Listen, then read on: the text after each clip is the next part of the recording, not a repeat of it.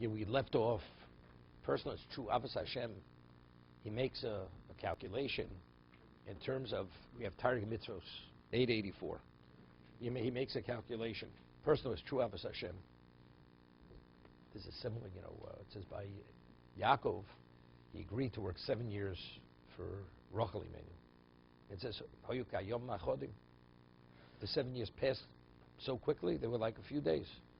So they all asked the question, what do you mean Yom HaChodim? It says, Vayeav, he had a certain love towards Rachel, something that you want and you yearn for. Soon enough is not soon enough. But yet, 7 years was Yom HaChodim. Right? This is your kind of Shalashuta's question. Okay? So, what's the answer? Okay? So, what's the answer? So, we always explain, if you understand the true worth of a woman who's going to be the aim of Klal Yisrael, and she's going to be the one to be the mother of the future, what 7 years? It's meaningless. It was equivalent of it was like a few days. It was nothing. I sell you something which has infinite worth for $100 million. This is what? This is a steal. If you understand the intrinsic worth of what you're buying, it's a steal. A person that's true Avos Hashem, what Hashem says you have to do A through Z. He says, what is he? Hashem's asking me nothing.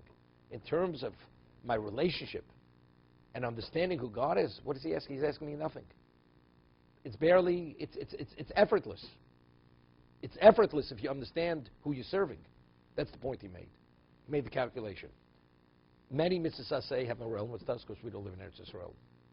And if you're not a Kohen, it has no relevance to you. And if you're not this, it has no relevance to you. And it's only circumstantial.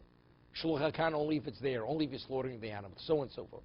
So how much, what is God asking of us? He's not asking that much. That's the person who's true Avos Hashem. And not to do the wrong thing. Not to do the wrong thing, that's easy. That's refrain. Refrain is not that difficult, but that's the person who has true Avos Hashem. Ubikshu mitzvos asim Chovos HaLevavos. He says they seek out mitzvos, positive commandments, which are incumbent upon the person. Shem Chovos HaYochid b'chol zman b'chol mokum b'chol inyan. V'lo motzu ela kriyas haTorah v'limud hamitzvos. Kol she'omar HaKosuf. V'hoyu ad hormeila sheruch mitzavcha yom al-levavecho. V'shinantum levonecho v'dibarta bom b'shivcha v'yisecho. V'lechtcho v'derech u'b'shoch u'b'kemecho. Right? The study of Torah, doing the few mitzvahs. V'zer zanovi al ze'acha kach shenis momro v'limartum os espenechem. V'ledabre bom, you should teach it to your children, to speak in them continuously. B'shivcha v'yisecho v'lechtcho v'derech u'b'shoch u'b'kemecho. There's a book that came out a number of years ago. It's in Hebrew on Baruch Ber Leibowitz, Zechat Tzarech L'Brocha. He was the Kamenetz Rosh Yeshiva. He was he and the Brisker Rav were the most special students of Rav Chaim Brisker. Brisker Rav was the son, and Rav Baruch Ber Leibowitz. So it's called Doimel L'Malch Hashem Tzvokos, the book. So there he tells of the story that Reb Aaron Kotler had a special relationship with Reb Chaim. During World War I, many of the yeshivas went to Minsk. We don't have any Russians here this morning. Okay? They went to Minsk. Many of the Gedolei Yisrael came from Minsk. So Reb Chaim was in Minsk during World War I. It was a safe haven from the Germans during the war. So he was, and Reb Aaron Kotler was there. So Reb Chaim was a little bit outside of Minsk. And Reb Aaron had a very special relationship with Reb Baruch Ber Leibowitz. He held him like almost to be his Rebbe. He held, Reb Baruch Ber was the equivalent of his Rebbe. And Reb Chaim and Reb Baruch Ber would tremble in the presence of Reb Chaim Brisker. That's the degree of reverence that he had for his Rebbe. Literally tremble. And Reb Aaron during World War I was a young man. He wasn't even 20 years old yet. No, he was early 20s. And Reb Chaim would come, especially to the yeshiva, to speak to Reb Aaron Kotler. Could you imagine Reb Chaim Brisker coming to Reb Aaron? And So he was like, Reb Baruch Ber, he was like amazed. So he asked his Rebbe, what is this all about?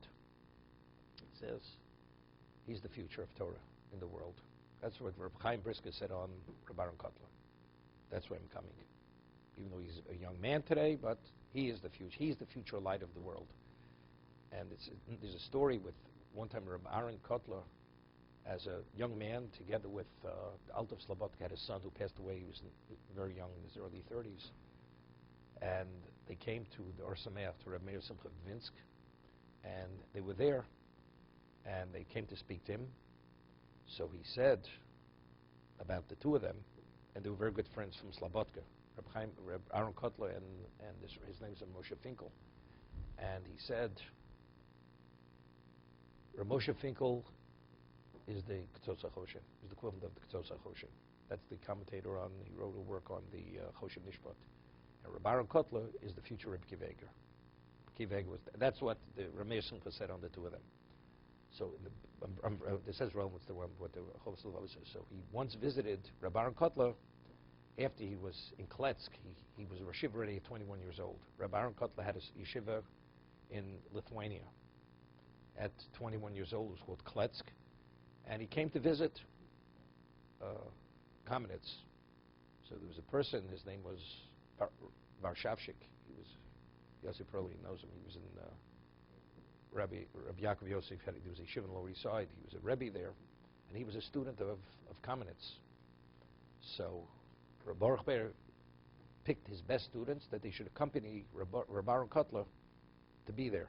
When he's visiting, they should always be involved with him to cater to his needs, his interests, whatever it is. So Reb Aaron Kotler came.